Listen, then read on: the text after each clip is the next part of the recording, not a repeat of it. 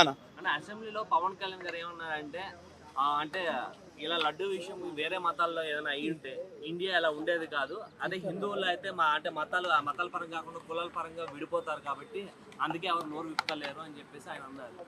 దానికి చంద్రబాబు నాయుడు కూడా ఆయనకి సపోర్ట్ చేశారు. దాని గురించి మీరు ఏం చెప్పాలనుకుంటున్నారు? నిజమేనా? నా మాట కరెక్టే. రీసెంట్గా ఇక్కడ హిందువులు ఏది క్రిస్టియన్స్ గురించి మాట్లాడారని చెప్పేసి ఒక యాంకర్ మీదకి ఊర్లో 70 మంది 80 మంది మీదకి వెళ్ళారంట.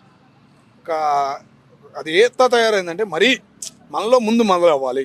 సభ్యత్వం మొదలుపెట్టారు, జనసేన పార్టీ సభ్యత్వం మొదలుపెట్టారు. అట్లాగే ఫ్యూచర్లో హిందూ సభ్యత్వం అనేది మొదలు పెట్టాలా అన్న ఫీలింగ్ అయితే కలుగుతుంది. మన హిందువుల్లో కలయిక తగ్గిపోవటం అనేది, కుల రాజకీయాలు మనలో పెరిగిపోయి మనలో మనం తన్నుకోవటం వల్ల ఈ మిగతా వాళ్ళకి మనం చీప్ అవుతున్నాం.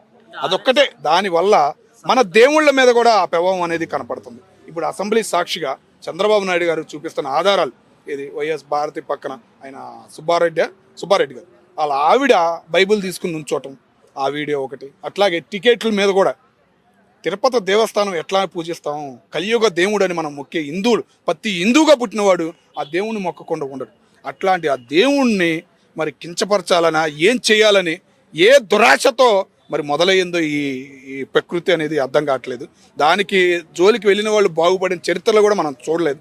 కాబట్టి జాగ్రత్త వహించాలి. ఇప్పటికైనా తగిన చర్యలు మొదలవ్వాలి.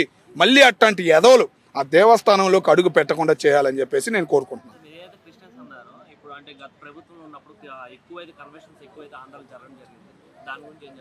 చేశారన్న, మరి వాళ్ళ మతం వాళ్ళు చేసుకుంటే పర్లా. ఈ మత మార్పిడి చేసేవాళ్ళు ఉండరు చూసావా. రీసెంట్గా ఒక చర్చి ఫాదర్ కూడా ఇక్కడికి వచ్చాడు. ఈ మత మార్పిడి చేసే ఎదవల వల్లే మాకు ఇబ్బంది అవుతుందన్న. యేసు ప్రభు ఏ దానిలోనూ మత మార్పిడి చేయమని రాయలేదు, బైబిల్లో రాయలేదు అని కళాఖండగా చూద్దాం. మరి ఈ ఎదవలు ఎందుకు చేస్తున్నారా, ఈ ఎదవలు వెనకమాల నుండి నడిపించే వాళ్ళు ఎవరా అనేది కూడా పోలీసులు చర్యలు తీసుకోవాల్సిన బాధ్యత ఇంకా ఉంది. లేకపోతే దీనివల్ల చాలా పనికిరాని అనర్థాలు జరుగుతాయని చెప్పేసి మేము అనుకుంటున్నాం. వాళ్ళపైన అంటే ఒక రకంగా హిందువులది కూడా తప్పే కదా. అంటే వాళ్ళని కించపరచోవడం. ఇప్పుడు లాస్ట్ టైం మొన్న అయ్యింది కదా తెలంగాణలో కూడా ఇష్యూ, 2 నెలల పాప చనిపోయింది. అలా చేసే కదా. అంటే వాళ్ళకి కూడా కన్వర్షన్ త్వరగా అయిపోతున్నాయి. ఇట్లాంటివి మాకు వాల్యూ దొరుకుతలేదు హిందువుల లోపల అని చెప్పేసి వాళ్ళు కూడా కన్వర్ట్ అయిపోతున్నారు. ఆసన్న అంతా డబ్బులు.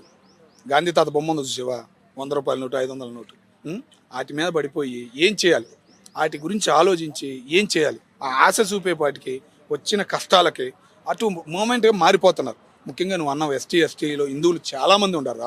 వాళ్ళలో కన్వర్ట్ అయిన వాళ్ళు చాలామంది ఉన్నారు. వాళ్ళు ఎందుకు కన్వర్ట్ అయ్యాము అని బాధపడే వాళ్ళు కూడా చాలామందిని నేను చూశాను. ముఖ్యంగా మా ఎస్టీలోనే తెలంగాణ రాష్ట్రంలోనే చాలా ఇబ్బంది పడుతున్నారు. కానీ ఇబ్బంది ఇంకా పెడుతున్నారు కొంతమంది చర్చి ఫాదర్స్. వాళ్ళ మీద కూడా చర్యలు తీసుకోవాలి, గవర్నమెంట్ స్పందించాలి, 2 రాష్ట్రాల గవర్నమెంట్లు అని నేను అనుకుంటున్నాను. అంటే రెడ్డి అని చెప్పి అహంకారంతో ఇప్పుడు మొన్న ఎస్సీ వాళ్ళని 2 నెలల పాపను తన్నేసింది.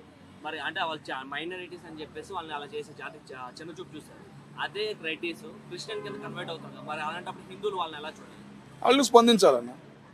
మా మిగతా కాస్టుల్లో అయితే ఆ కమ్మ పెద్దలు ఉంటారు, పెద్దలు స్పందించాలి. వాళ్ళ మీద ఒక నెగిటివ్ అనేది తెచ్చితే ఆ ఫీలింగ్ అనేది వాళ్ళకి కనపడి మేము ఎందుకు మారామని వాళ్ళకి బుద్ధి జ్ఞానం అనేది వచ్చింది. అలాంటప్పుడు జగన్మోహన్ రెడ్డి గారే క్రిస్టియన్ కదా, మరి అలాంటప్పుడు ఆయన్నే వ్యతిరేకించవచ్చు.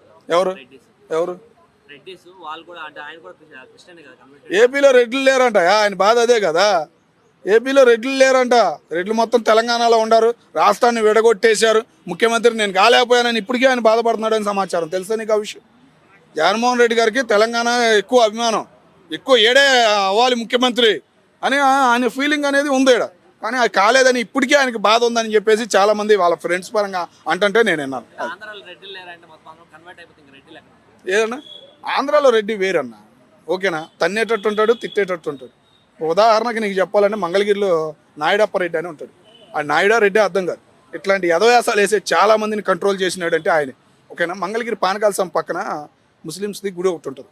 ఆ ఓపెన్ చేయడానికి చాలా కష్టపడినా కూడా ఈయన సాయం వల్ల ఆ గుడి ఓపెన్ అయింది, ఓకేనా? ఆయన్ని ఇక్కడ ముస్లిమ్స్ తెలుగులో మాట్లాడరు, అక్కడికి వెళ్ళి కదిలి ప్రతి ముస్లిం తెలుగు మాట్లాడరు. మనకే తెలుగు రాదా అన్న ఫీలింగ్ కలిగిద్ది అక్కడ. ఆదరణ అనేది అట్లా ఉంటుంది. కానీ మరి క్రిస్టియన్స్ ఉంటారు చూసావా, క్రిస్టియన్స్ కూడా వేరే విధానం. కానీ చర్చి ఫాదర్స్ మతాల మార్పిడి కోసం తిరుగుతారు చూసావా, వాళ్ళు ఏ కులం అనేది అర్థం కావట్లేదు. అరే బాబు నీది ఏ కులం అంటే చెప్పరు వాళ్ళు, ఓకేనా? పెద్ద కులమే వాళ్ళది. ఈ మార్పిడి అని చేసేది కూడా పెద్ద బ్యాచే, కానీ పేరు చెప్పట్లే, వాళ్ళు భయపడిపోతున్నారు. రీసెంట్గా ఒక వీడియో వచ్చింది, అరే బాబు నీది ఏ కులం అంటే అర్థం కావట్లేదు. వాడు తమిళనాడు కాపర్ రెడ్డి అంట, ఆడు పెద్ద హైలైట్ అంటాడు. మలేషియా నుంచి ఆయన్ని పంపిస్తే ఆడు ఇక్కడ వచ్చి నెల్లూరులో ప్రసారం చేస్తుంటే ఆయన తన్ని పంపించారు. ఆడి దగ్గర చాలా డబ్బులు ఉన్నాయి. ఏసీబీ వాళ్ళకి ఫోన్ చేస్తే దగ్గర 50-60 కోట్లు వసూలు చేశారంట ఆడి దగ్గర. మరి కొన్ని ఉన్నాయి మనకేంటంటే పూర్తిగా అట్లాంటివి బయటికి రావు కదా.